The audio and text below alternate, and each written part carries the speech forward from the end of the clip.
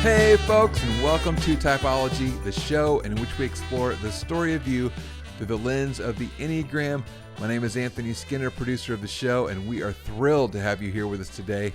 We have two fantastic guests on the show today, Alice and Bob Fryling, 4 Wing 3 and 5 Wing 6. They've been married for 50 years. She is an author, and we get into her book throughout the show. You're going to love this episode. We fell in love with Alice and Bob throughout this show. I know you're going to enjoy it. That's it for me, Anthony Skinner. And now here is the host of our show, Ian Cron.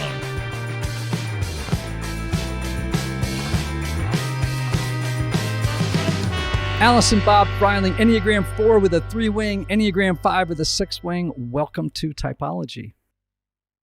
We're glad to be here. Indeed. Well, I have honestly been looking forward to this podcast all week long. It's Friday. I know, right? It's Friday. I'm finally getting my wishes coming true. For those of you who don't know, Bob and Alice have been married for 50 years. Woohoo! Wow, right? 50 years. And they have a long, long history and passion for spiritual formation. Alice has written this amazing new book, Aging Faithfully, The Holy Invitation of Growing Older. And I want all of our folks to hear this before we jump in. This is the first time we've ever spoken about the Enneagram and getting older. And the presumption might be on the front end that, this is for older listeners, I'm going to check out. And here's what I realized as I was reading the book, and as I mentioned earlier, I read it front to back this week. I finished the epilogue this morning, in fact, that this show is for people of all ages. And here is why.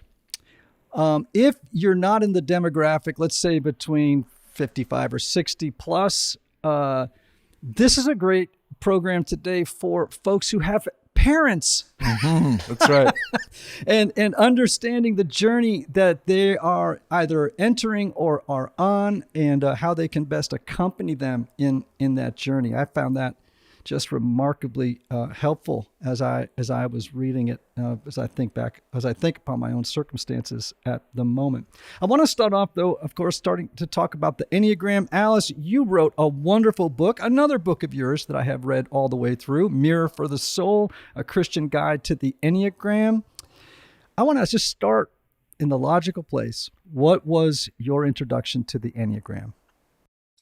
Well, I was introduced to the Enneagram about 30 years ago, and it started out because I was very taken with Myers-Briggs. I mean, I'm a number 4, so it's in my job description to want to understand what's going on inside people. Right, exactly. Briggs was incredibly helpful to me.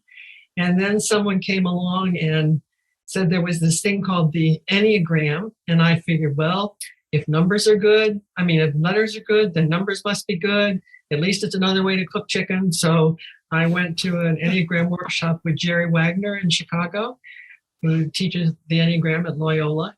And I sat there as he was going through these spaces. I think he didn't start out with the heart triad. Maybe he did what you did and start out with the gut triad. But I just thought, I don't know about this. And then he got to the number 4. And I know a lot of people take a long time to figure out what they were, but his presentation and where I was in life, I thought, oh my goodness, this is me. Then he got to the number 5, and I said, there's my husband. And I started thinking about my family, my neighbors, and it just seemed, it was so accurate and so helpful. So that really launched me into my own foray into the Enneagram. I like that, foray. Mm-hmm. Did you hear that? I did. Yes. I hate to do a word play, but it just tripped me right away. Oh, that's right. I didn't even think about that. It's interesting, Alice.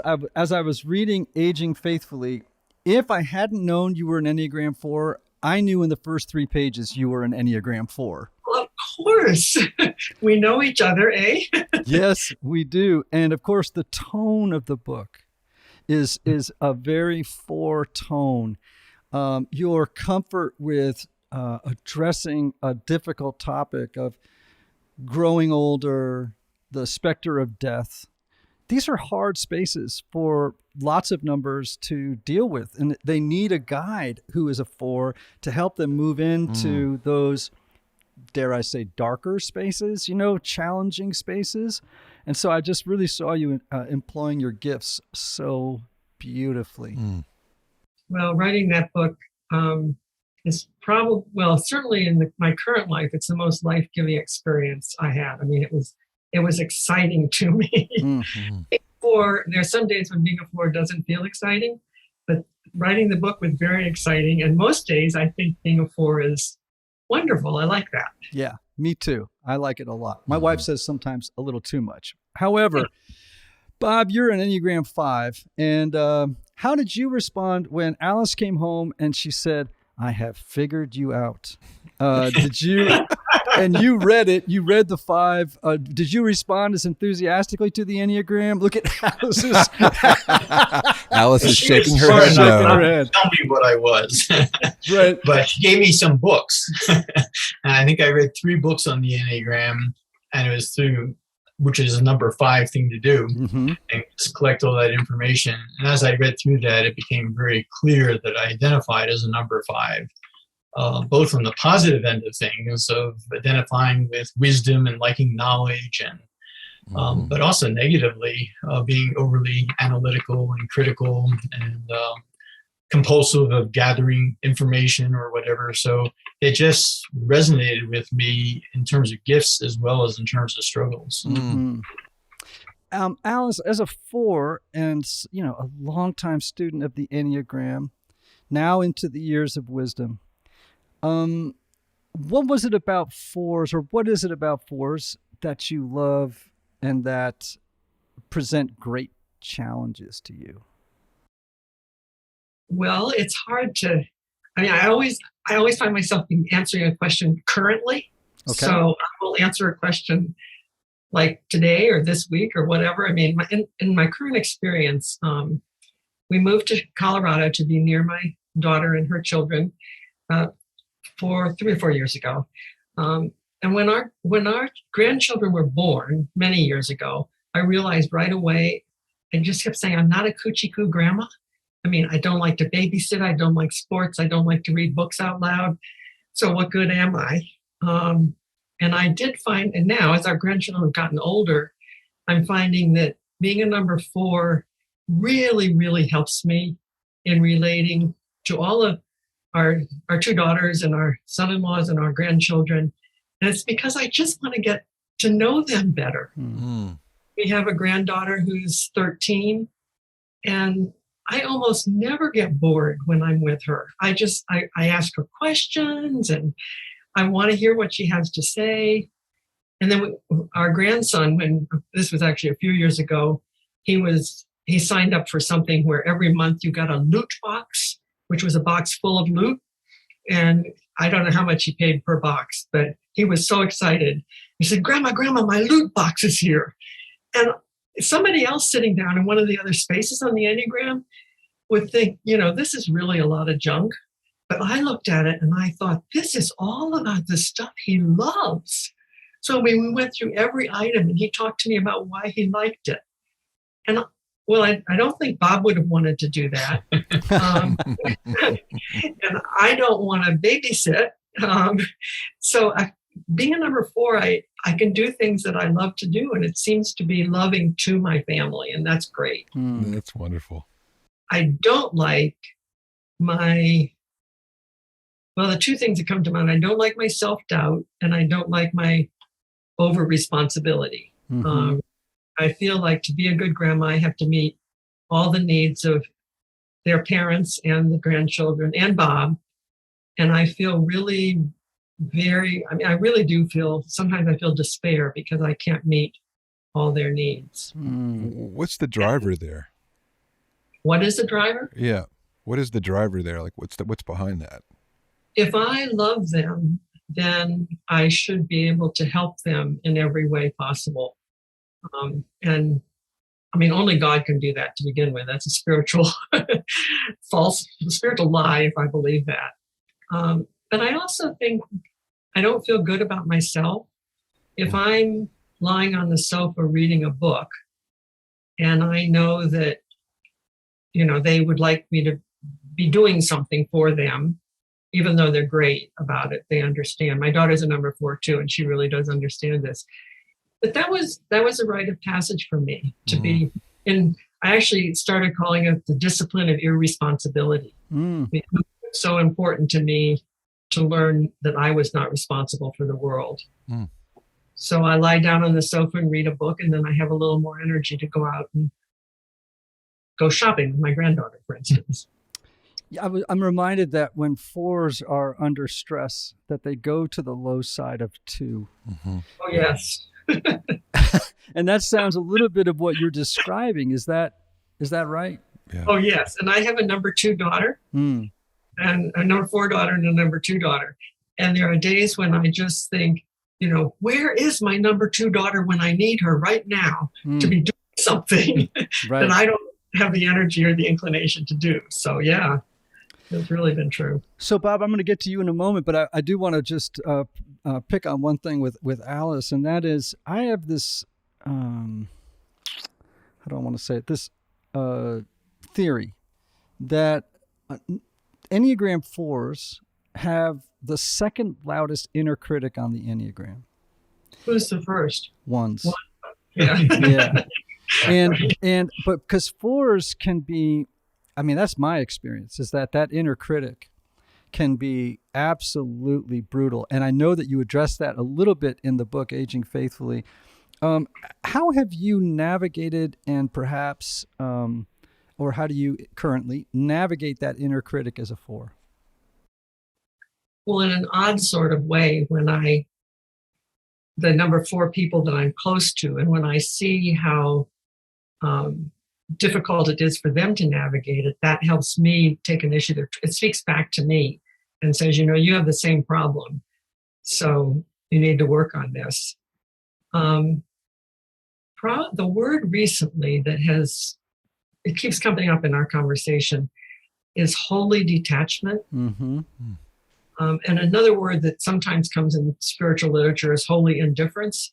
And quite frankly, I can't go with holy indifference. I know I can't get there. But I do find that somehow some kind of transformation has happened in my life in the last 10 years so that I can see and hear those I love struggling. And I have a sense of holy detachment. And I've actually talked to Bob a lot about that, because, I don't want you to think I don't care, because I really, really do care. And then my self-doubt comes in. I said, is it okay with you if I don't care? He's actually encouraged me in my journey toward holy detachment. So he's a big help on that. Yeah.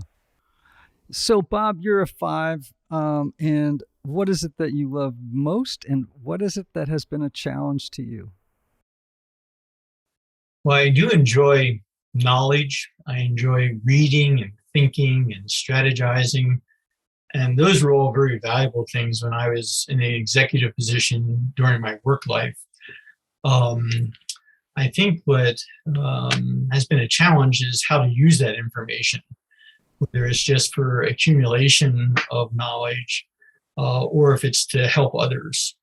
One of the things I've been discovering, particularly since retirement, that instead of always thinking about the future, always planning ahead.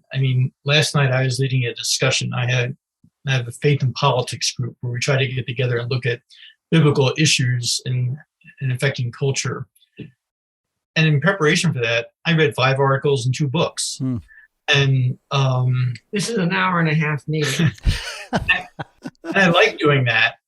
But the danger in that is then to control people by the information, where really it's an insecurity and a fear that somehow I'm not prepared, or I won't have the answers to any question that somebody will raise. So what has been challenging to me, in fact, Alice was the first one that pointed it out, that for number 5, the inclination is to move in and up, internally and into my mind. And so she used the phrase, why don't you work down and out, more into your gut and more relationally into the other 2 triads. And so my mantra right now is to live in the present, in the presence of Jesus to be a present for others. And that helps me connect the spiritual dynamic with being connected with other people and not just with my own mind. I mean, I could enjoy life just thinking by myself. Right. But that's very selfish, and I don't think that's what God calls us to.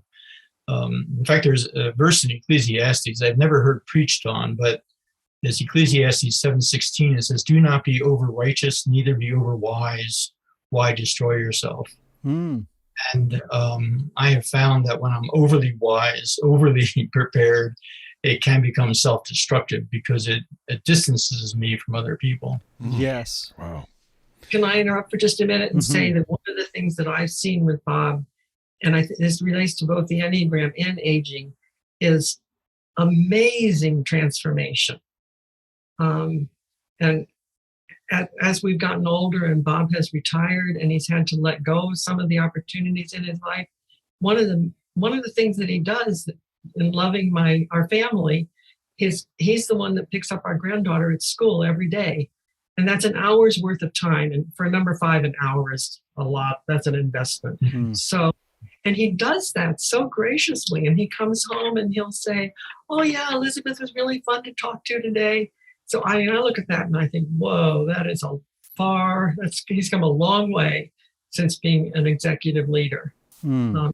It was good to be an executive leader when he was, but to let go of that when there's no longer that opportunity and as he's aged, I think he's really learned to love in a number 5 way. Mm. Bob, as Alice was speaking, you became clearly emotional. Mm-hmm. Oh, yeah. And I'm just curious, what did her words trigger in you, and what is that? You're right. Being both observant and discerning, I cheer up when things are deeply personal. Mm. And I think that is a much more a true self than just the ideas or just the facts. Mm. So connecting that way is actually very helpful. Mm. Even though I'm embarrassed by it, but yet that's sort of my soul welling up, I think, trying to get it out. Wow. That is my soul trying to get out, right? I think that's so beautifully put, and thanks for your willingness to be vulnerable and I just love when I see a 5, and I think this is one of the gifts too of getting older is you cry more. I mean, that has been my experience. All his life. Well, so far so good. It looks like you've made some incredible strides in that regard. So I think that's beautiful. Can I say just a couple of things? One, I love that it just shows you the power. I love Alice, the empathy that you had to recognize that he has a limited amount of resources to give in a day, and the value that you placed on him picking up your granddaughter. I mean, I just love that expression between the two of you. And then the other thing I wanted to say, just backing up a minute, I thought that was great advice for a 4-wing 3 to give to a 5 to go down in your gut. Mm-hmm. Really encouraging him to not go upstairs, but really to move down in his gut, which a 4 might go, get in your heart more, Yes. But the fact that she was like telling him to move to strength, Right. Really powerful. In my new book, I have a new book coming out in December called The Story of You. And one of the things in that book that I quote James Joyce, it's a line from his book, from Dubliners. And in it, he describes the character Mr. Duffy as a man who lived a short distance from his body. And I think that describes a 5 so perfectly. And so the part of the journey of the 5 is to get into the gut, right? It is to get back into the body, lest they fall into the trap of becoming, a brain on a stick, as 1-5 described it to me. Yeah. So wonderful, wonderful advice, Anthony. Thanks for pointing that out. You've raised this idea of the true self and false self, and this has been a major theme in my life, in work. when I was 28, I was first introduced to Thomas Merton at 28, and I remember sitting in the back of St. Catherine of Siena Church in Greenwich, Connecticut, and reading chapter 5 of New Seeds of Contemplation, where, of course, Merton really dives deeply into this theme of the true self and false self. And he's really the pioneer of this discussion around true self and false self. I want to talk about it because I want to know from your perspective what that is, because it's a very difficult topic for people to understand, and how the Enneagram can help people realize or move closer toward their true self. In a way, it's easier to describe the false self than the true self. So let me say that the cliff notes of that would probably be, for me, that the true self is the person that God made us to be with the gifts that we have. And out of the true self, we bear the fruits of the Spirit. So but it's really the false self that I find in my own life is the most helpful to learn about. And what other people seem to say, the false self to me is the person that I either think I should be or that I wish I were. This sort of overlapped for me when I was writing the book on the Enneagram, because I did a few little interviews with various people in various spaces. They are types. And I interviewed a very mature woman who's a number 1. And one of the questions I asked was what you asked here, what do you like about being a number 1 and what do you not like about being a number 1? And she came up to me after church one day and she just said, I can't believe it. I never thought there was anything good about a number 1. So there was something about her false self that just kept saying, you aren't good enough, you aren't good enough, you aren't good enough. And I think that's a huge gift of the Enneagram, to help us recognize our false self. And the false self tells us lies. I mean, when Jesus said, Satan is the great deceiver, the father of lies, and when he lies, he speaks his native language. So my sense in my life, I can only really speak for myself, but I believe a lot of lies. And those are lies from my false self. Yes, it's the egoic mind, right? It's that part of us that is wanting to get others to prioritize our priorities. Yeah. And I think, in this new book that I've put together, I was thinking about how the unconscious motivation of each type is a story that is in direct opposition to the story of God and grace. Oh, yes. Yeah. Right. It's like you don't need to be perfect to have a sense of mastery and control in the world. That the gospel doesn't say that. The gospel doesn't say that you need to help others in order to be loved. And I could go through the list, of course, of all the unconscious motivations of each of these types. But there's stories that are they're false stories. And of course, when you're living in a false story, it's very difficult to become a true self in a false story. Yes. And the Enneagram does such a good job of uncovering our blind spots. So there's sometimes when I just feel unsettled or disconnected from myself. And then all of a sudden I'll find myself saying, you are really acting like a number 4. Just get on with it. Right. Right. Yeah. Because I'm believing the lies of the number 4 space. I also might be inclined to say that to Bob, which isn't always the best thing for me about being number 5. That's not always the best thing to do. But. Right. Yeah, absolutely. So we have a marriage here, 1 foot in the head space, 1 foot in the heart space, 2 numbers that are see the world, process life, and respond to it very differently. You've been married for 50 years. How have you navigated the differences? Do you want to go or let me go? Well, one of the things that I've appreciated so much about Alice is that truth is extremely important to her. In fact, Alice means truth. And so when she speaks about the distinction between lying and true, it is really evident in her life. And that's been a great contribution to our marriage, that we just don't live with pretense. She won't allow it, even though I might be tempted to want to talk about the issues or the concepts involved. We just don't live with any buried truth. And I really attribute that to Alice's sensitivity to that and discernment of that. So that's been a great gift to me in helping me grow and being able to respond to her. Mm. I'm so thankful that Bob is so affirming about that, because it really is important to me. And I'm thinking about one relationship, a difficult relationship. We were a friend going through a difficult relationship, and we had a long breakfast together. And afterwards he said, "Oh, I feel like I just had a root canal." And that was because he was talking to me, and I kept digging deeper and deeper. Yes. And Bob invites me to do that. But I was thinking this morning, I can't imagine growing older without the help of the Enneagram. And I can't imagine our marriage without the help of the Enneagram.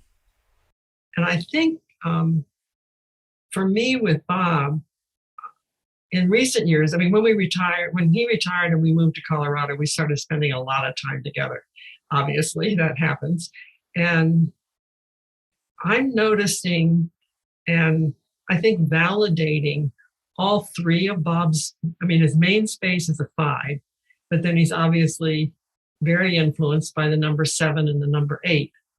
My perspective is that can be for better or worse, even though usually it's in one direction or the other direction. And when Bob, he's been writing this blog, and I'm always uncomfortable during the week when he's writing the blog. I mean, he's taken the elevator up to his head. And then early on, he was asking me what I thought about the blog. And, I didn't really like it, because he just was talking about all these political ideas, and he wasn't getting to the heart of things. There we go, to the heart of things. So now he'd give me a blog, and, he'd say, and I would say to him, "Is this compliments only?" Because if he really wants my feedback on it, it won't be compliments only. And he's very gracious. He really wants my feedback. But now he doesn't give them to me to read, because it's just not my cup of tea. And I read them when they're all done. I want to know what's going out there. But I know I can't get in Bob's head. I have trouble getting in my head. And so the Enneagram, I think, has helped me be gracious toward myself and gracious toward him. And then all of our marriage, Bob has always wanted to travel more, go to more parties, have more fun, go watch people having fun. And it struck me recently, that's the slice of the number 7 in his temperament. And when I realized that, I thought, oh, well, that's okay. And most of our marriage, he's traveled about a third of the time, at least a third of the time. And I said the other night, that was really good for our marriage, because he could go out and have dinner with people, have fun, socialize, and I could be home reading my novel. Right. The number 8 piece, I see him becoming a leader in a new context in life. He's now president of our HOA. And I love all of that. The Enneagram has just helped me say, yeah, that's who Bob is. And I love him. And I like the things that are different. And I'm glad we're married. I think it's going to work out. Yeah. Sounds like it is. Well, I want to jump over to the new book, Aging Faithfully. We'll keep integrating some Enneagram work with it. This is a wonderful new book, everybody. The Holy Invitation of Growing Older, Aging Faithfully. And this book drops when? Well, it's supposed to be November 9th. But all those cargo ships that are off the shore of California, I'm not real sure that the book isn't on one of those ships. Well, we'll find out. We hear that it's supposed to be on time, and we'll just hope that it is. So I mentioned earlier that this book is timely for me. I got a call last week on Thursday that my 93-year-old mother, who lives in assisted living in Pennsylvania, she's perhaps on what my brother calls her final approach. And which I think is well put. And so, and of course, that triggers in me my own thoughts of mortality, watching my mother move closer to death. And so your book was a comfort and a guide, and it was helpful both for me as I look at the years ahead and also understanding my mother, So what would you want younger listeners to know about the hearts, the minds, and the souls of their aging parents, their uncles, their aunts, their mentors? How can they best understand and relate to them? Well, I read my book. Boy, they never give up the promotion, do they, Anthony? I think anytime we hear someone else's experience, it helps us understand those we love better. And that book is the most personal I've ever written. I mean, it was right in the midst of processing all of this myself. The one place where I came at the end of the book, where I was talking about how to companion an older friend, it's really, I don't want to say this in an off-putting way, but it's really a lot like spiritual direction, which I love. And in spiritual direction, and I've been a spiritual director for 25 years, and the Enneagram and spiritual direction have changed my life, the two of them. And what's happening in the spiritual direction relationship is the director is trying to help the other person understand and embrace what's going on inside of them. And so in a negative way, the last thing we'd want to do is come to an older person and say, well, I'm sure you're feeling this way or that way, and here are the answers. One book that does this from a medical perspective is Being Mortal. And when I was reading that, and he was just, I can't pronounce his name, Atol, I don't know it, Gande, I don't know I can't pronounce his name, so I shouldn't do that. But he was talking about conversations with his father, and he's a doctor. And the way he was talking to his father about his father's medical needs and physical experiences were absolutely parallel to the way I talk with people in spiritual direction. It was like, tell me more about this. And what's the most important thing for you in life right now? And what's the most important thing in these remaining months that you have if there's been a terminal diagnosis? So I think when we listen very well to people, we love them. And love heals. Now, it's a different kind of healing. It's not a healing from physical death, but we can be a healing presence to our parents. Well, our parents are gone now, but I wish I had been a better healing presence with them. You talk about the aging process as a holy process. And what does that, how would you describe that to people? Well, when I was in my late 50s, I guess, it dawned on me that, well, first of all, it dawned on me that I was getting older. And then I thought, this is all part of God's plan. For those of us who do get older, this season of aging is part of God's plan. So part of God's plan, well, first of all, I don't want to resist it. And I don't want to just hang it up. I want to understand what is God offering in the aging process. And when I wrote the book, I was just astounded to discover how much God is offering. I mean, for instance, I think he invites us to focus on the difference between productivity and fruitfulness. And most of our life, we have been productive. And I'm really glad. I mean, I'm glad for myself that people have been productive, and I'm glad I could be productive. But as we get older, we don't have the opportunity. We don't have the energy. And people don't necessarily want us to be productive in the same ways. So if that piece diminishes a little bit, then I think we're left with the freedom to focus on the fruits of the Spirit. Love, joy, peace, long suffering. I mean, many people say that older people are a peaceful presence. And I think if that happens, that's the fruit of the Spirit. And when we love people, which for me often means listening, then that's the fruit of the Spirit. And I have so much more opportunity to do that now than I ever did when I was busy getting school lunches and planning play dates and taking kids to college. I love that you brought up I have it actually in my notes here to talk about productivity versus fruitfulness, because though I know many people in this space, I'm very wary around the obsession with productivity that is here like in the present world. Like there are books after books after, it's just all about getting more done, getting it done more efficiently. I sort of, maybe as a 4 myself, I sort of look at it and I think, boy, that getting more done doesn't really seem to help people plumb the depths of who they are. That's my interest, right? But I think all of us should have some measure of time, space for self-reflection and for understanding who we are. And I do think that we can begin to think about fruitfulness much earlier in life than even in our later years. I think that people are too obsessed with getting things done. And I also would say that I think it's a defense against having to do inner work. It's the fear that drives. Productivity is a great antidote or a great drug against having to do inner work.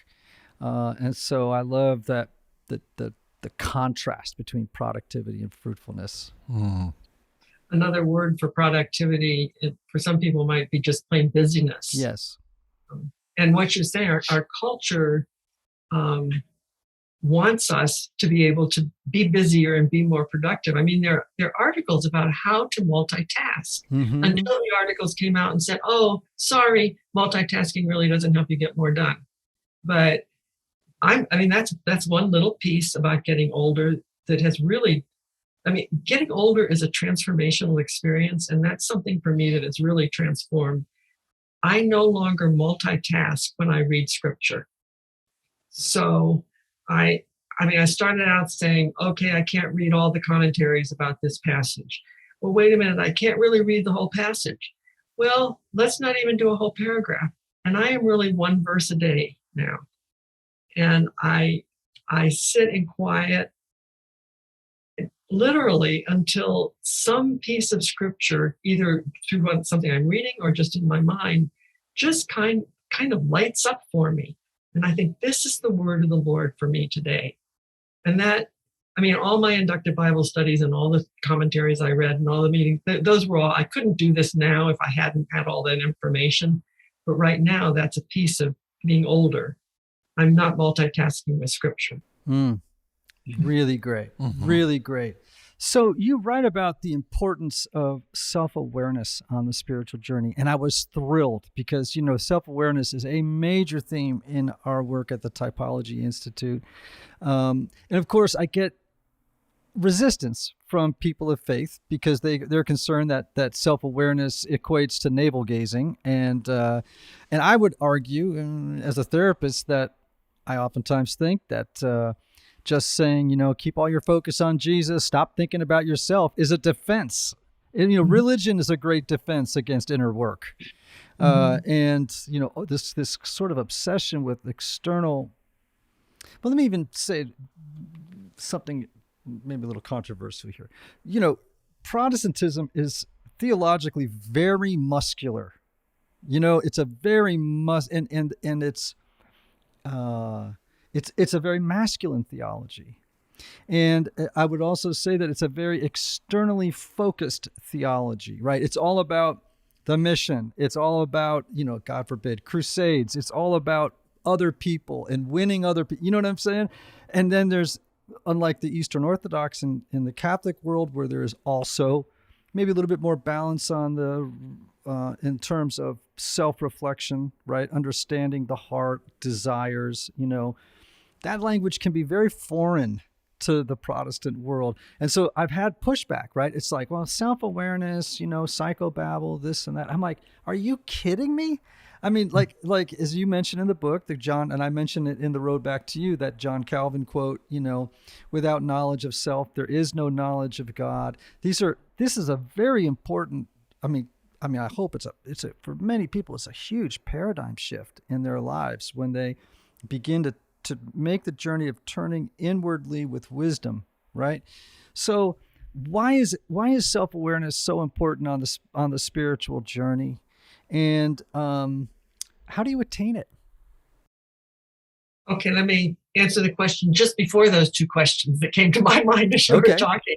I mean, what is there any biblical precedent for changing our mind about something we're so sure about, like self-awareness is selfish or navel-gazing or whatever? And I've been very taken recently with the story in Acts 10 about Peter, and he had the dream or the vision, and the sheet came down and he was told to eat unclean meat. And this happened 3 times, so this wasn't like a passing thing. And Peter's response was, "Oh Lord, I have never done that." And I think that's the way some people would feel about self-awareness. Like, this is selfish. And I climbed the stairs. I was going to an appointment up in the 3rd floor in this old building around the corner here. And I got up to the top of the stairs, and the receptionist was there, and I was huffing and puffing. And I just said, "Well, I've never gotten old before. I didn't know how hard that would be to get up the stairs." And she said, "Well, you just need to keep climbing." And I thought, I think I'm going to write a book about that. That is, and a lot of times Christians feel like it's being selfish to think about yourself. So of the practical answer for me in your question is going back again to the daily examine, which is not looking at all the things we've done wrong and confess. I mean, it may possibly be, but as I understand the daily examine, it's looking back over the day or the afternoon or even a week and saying, when did I feel closest to God? And when did I feel the most distant from God? And then when was I the most loving? And when did I experience God's love the most? And we do start seeing patterns. To apply this to the Enneagram, this is a little embarrassing, but I'm kind of excited about it too. I feel close to God when I rearrange the pictures in our living room. I mean, I love the color. I love the texture. Mm-hmm. I love the design. And so there's sometimes, if I'm really out of it, I just think, I need to go hang a picture up. So it's that practical. And I wanted to know, as I got older, what would it be like to know that God was with me? And I think I have a much greater sense that God is with me when I have noticed the things that I love in terms of self-awareness. And I'm pretty quick to notice the bad things. So possibly somebody else in a different space on the Enneagram I bet all the spaces experience self-awareness in different ways. Maybe for some people it is more negative, and that's a good thing. If I could add just a bit to your controversy, Ian, I think theologically, Protestants have so endorsed and embraced the Great Commission at the exclusion of the Great Commandments. Ooh. And the Great Commandments of loving God and neighbor are much more self-reflective in terms of the soul and the relationship, where the Great Commission is so much more conquest or moving external. And I think we need a greater balance to understand both our external worlds, but our internal worlds as well. And that, I think, has been more a matter in Eastern thought and as well as Catholicism. But at least that's been very helpful to me, just to think of what it means to love God and neighbor as myself. And that helps me understand what's going on inside. And of course, that is the balance of contemplation and action. The active life is important, right? But the contemplative life is equally as important. And if we're overly active to the detriment, if you will, of the contemplative life, we might become smug, self-righteous people who are trying to fix the world and, without any contemplative life to balance it. If we're too contemplative and not active enough, then we can become too self-interested and, so heavenly minded then to be of no earthly good, right? And so there has to be this constant correction. Am I holding both in the tension that they need to be held in?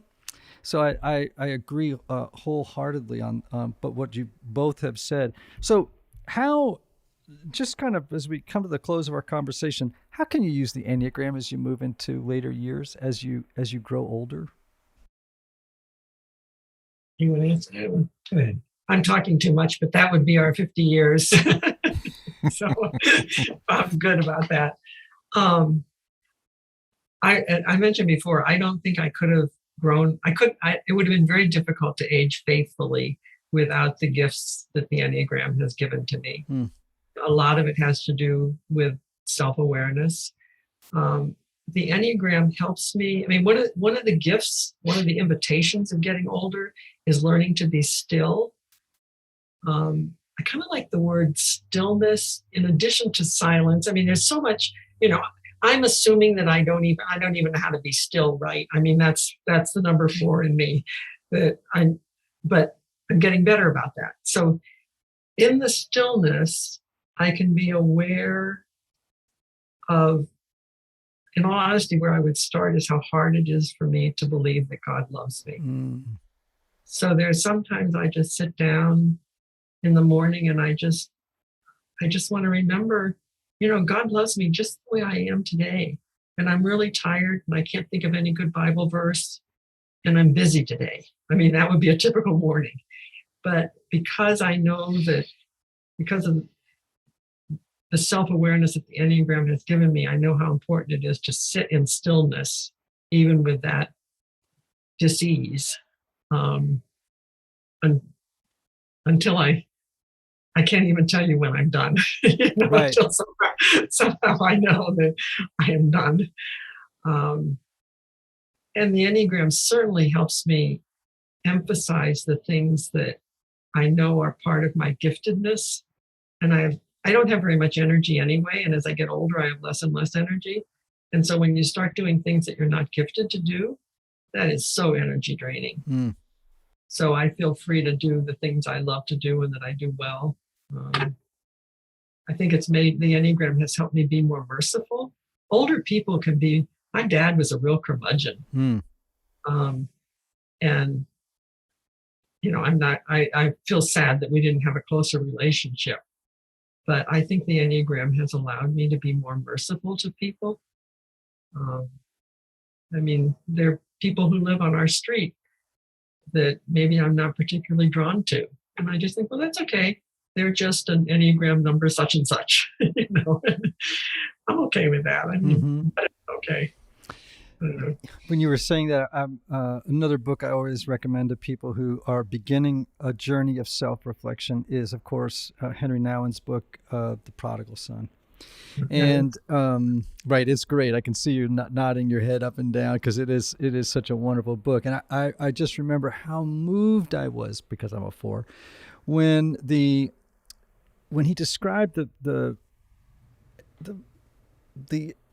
summit of the spiritual journey as being not becoming the prodigal son, but becoming the father.